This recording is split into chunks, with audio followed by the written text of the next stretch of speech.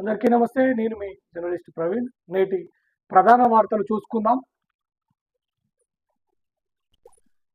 ఇండియన్స్కు jobs ఇవ్వద్దు, ఎందుకురా బేవకూఫ్? Trump చెప్తున్నాడు ఇండియన్స్ కట జాబ్ ఇవ్వద్దట. చూస్తున్నాం, గూగుల్, మైక్రోసాఫ్ట్ వంటి టెక్ కంపెనీలు ఇండియన్స్కు జాబ్ ఇవ్వడం మానుకోవాలి అని, అదే సమయంలో అమెరికన్లకు ప్రాధాన్యం ఇవ్వాలని అమెరికా అధ్యక్షుడు డొనాల్డ్ ట్రంప్ హెచ్చరించారు. బుధవారం వాషింగ్టన్లో జరిగిన ఏఐ సదస్సులో ట్రంప్ మాట్లాడారు. అమెరికా కంపెనీలు చైనాలో కంపెనీలు పెడుతున్నాయని, అక్కడ ఇండియన్స్కు ఉద్యోగాలు ఇస్తున్నాయన్నారు. ఇక అవన్నీ బంద్ పెట్టాలన్నారు.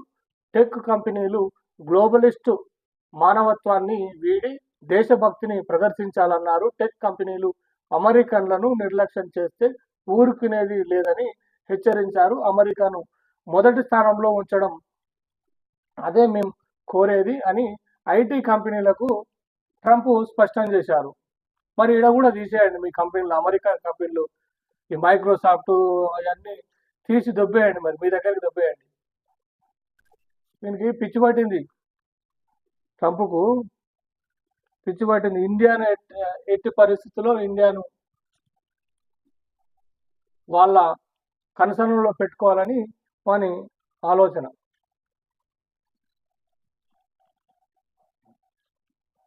ఓకే, మోదీని రాహుల్ దారిలోకి తెచ్చినాం. రాష్ట్రంలోని కులగణనను చూసి దేశమంతా చేస్తామంటున్నారు. నల్ల వ్యవస్థ చట్టాలపై పోరాడితే రద్దు చేసి క్షమాపణ చెప్పారు. సీఎం రేవంత్ రెడ్డి మాట్లాడినటువంటి పరిస్థితి. కులగణన సర్వేపై మా దగ్గర 88 కోట్ల పేజీల డేటా ఉంది. సోనియా రాసిన ప్రశంస లేఖ నాకు నోబెల్తో సమానం. Narendra Modi legally converted BC అని వాక్య. వారే చెప్తున్నారు. లీగల్లీ అంటే చట్టబద్ధంగా జరిగినటువంటి ఆ బీసీ ప్రక్రియలో లీగల్లీ కన్వర్టెడ్ బీసీ అట. చట్టమే చేసింది కదా, వాళ్ళు బీసీలను గుర్తించి బీసీగా పరిగణించింది కదా. ఇక మరి దాంట్లో మళ్ళా మాట్లాడేది ఏముంది చెప్పండి? లీగల్లీ ఏంది, అన్లీగల్ ఏంది?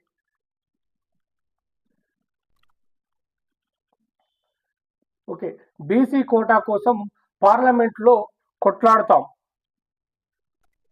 రాష్ట్ర ప్రభుత్వం బిల్లులు పంపితే బీజేపీ అడ్డుకుంటున్నది. 50% రిజర్వేషన్ల క్యాప్ను తొలగించాల్సిందే రాహుల్ గాంధీ మాట్లాడినటువంటి వార్త. తెలంగాణలోని కులగణన దేశానికి మైలురాయి. నా అంచనాలకు మించి సర్వేను సీఎం రేవంత్ రెడ్డి టీం పూర్తి చేసింది. మరి ఏ ఇంటికాడ డోరు కొట్టి సర్వే చేసిరో మరి నేనైతే చూడలేదు తెలంగాణలో. ఏ ఇంటికాడ పోయి డోరు కొట్టి బీసీయా, ఎస్సీయా, ఎస్టీయా, ఉన్నత వర్గాల, మైనార్టీలా అని చెప్పి మరి ఎక్కడ సర్వే చేసిరో మరి నేను చూడలేదు. చెప్పాలి మరి, రాహుల్ గాంధీకి తెలుసా అసలు?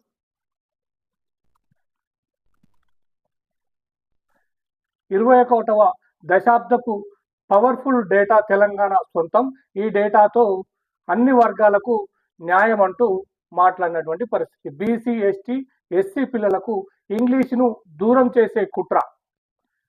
బీజేపీ నేతల పిల్లలకేమో ఇంగ్లీష్ మీడియం చదువుల, బడుగు బలహీన వర్గాలు బాగుపడితే బీజేపీకి నచ్చదని ఫైర్. తెలంగాణకు కులగణనపై ఏఐసిసి ఆఫీసులో ప్రజెంటేషన్. మరి కాంగ్రెస్ కార్యకర్తల పిల్లలు తెలంగాణలో మీరే ఉన్నారు, 70 సంవత్సరాలు తెలంగాణలో దేశమంతటా పరిపాలనించింది మీరే, కాంగ్రెస్ గవర్నమెంటే. మరి ఇంగ్లీషు ఏ మేరకు బయట దేశమంతా అవసరం లేదు. మీ కాంగ్రెస్ పార్టీ కార్యకర్తల పిల్లలకు మొత్తం ఇంగ్లీష్ చదువుతున్నారా? మీరే ఒకసారి ఆలోచన చేసుకోవాలి. బీజేపీ మరి ఏ రకంగా ఇంగ్లీషు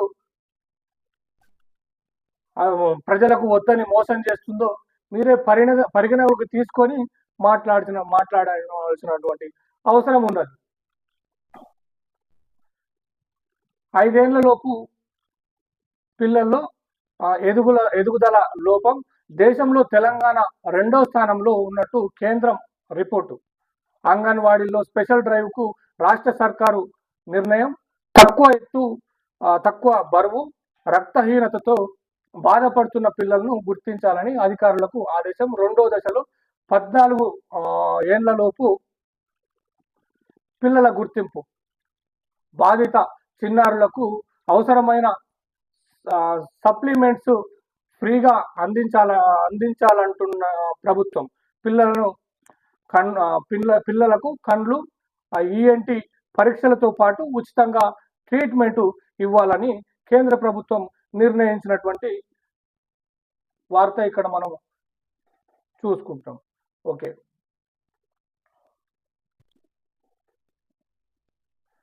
బ్రిటన్ ఇండియా మధ్య ఫ్రీ ట్రేడ్ అగ్రిమెంట్ ఒప్పందంపై ఇరు దేశాల ప్రధానుల సమక్షంలో సంతకాలు. ఇండియా నుంచి ఎగుమతి అయ్యే 99% ఉత్పత్తులపై జీవో టారిఫ్ 2030 నాటికి ఏటా $120 బిలియన్ వాణిజ్యమే లక్ష్యంగా. ఇక్కడ మనం విజువల్లో చూసుకుంటే ఇండియా బ్రిటన్ మధ్య ఫ్రీ ట్రేడ్ అగ్రిమెంట్ కుదిరింది. ప్రధాని నరేంద్ర మోడీ, బ్రిటన్ ప్రధాని కీర్ స్టార్మర్ సమక్షంలో ఇరు దేశాల వాణిజ్యాల మంత్రులు ఈ ఒప్పందంపై సంతకాలు చేసినటువంటి దృశ్యం మనం ఇక్కడ చూస్తున్నాము. ఓకే, మరోసారి సెక్రటేరియట్లో ఊడిపడిన పెచ్చులు. సీఎం మంత్రుల కాన్వాయ్ వెళ్లే మార్గంపై సిమెంట్ పెల్లలు. మొత్తం సెక్రటేరియట్ భవనం ఉంటుంది కదా, సెక్రటేరియట్ భవనం మధ్యలో సీఎం కాన్వాయి, మంత్రుల కాన్వాయి లోపల ఎంటర్ అవుతుంది అనమాట. ఆ ప్రదేశంలో పెచ్చులు ఊడిపడినటువంటి దృశ్యాలు మనం ఇక్కడ చూస్తున్నాము.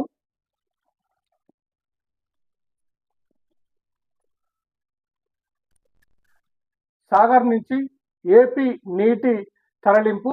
కృష్ణా బోర్డు అనుమతి లేకుండానే కుడి కాల్వకు నీళ్లు. వాటర్ రిలీజ్ ఆర్డర్ లేకుండా ఏకపక్షంగా విడుదల. పోతిరెడ్డిపాడు నుంచి నీటి విడుదలకు పెంపు. కృష్ణా బోర్డుకు తెలంగాణ ఫిర్యాదు అంటూ మనకు వార్త ఉన్నది. ప్రాజెక్టులోకి వరద రావడమే ఆలస్యం అన్నట్లుగా ఏపీ జలదోపిడీకి పాల్పడుతోంది. ఇప్పటికే శ్రీశైలం నుంచి పోతిరెడ్డిపాడు ద్వారా అనధికారికంగా నీటిని తరలించుకోపోతున్న పొరుగు రాష్ట్రం ఇప్పుడు సాగర్ నుంచి కూడా అదే పని చేస్తుంది. కృష్ణా బోర్డు అనుమతి లేకుండానే శ్రీశైలం నుంచి నీటిని రాయలసీమలకు తన్నుకుపోతున్న ఏపీ గురువారం నాగార్జున సాగర్ కుడి కాల్వ గేట్లను తెరిచింది. ప్రస్తుతం 500 క్యూసెక్కుల నీటిని దిగువకు తీసుకుపోతున్న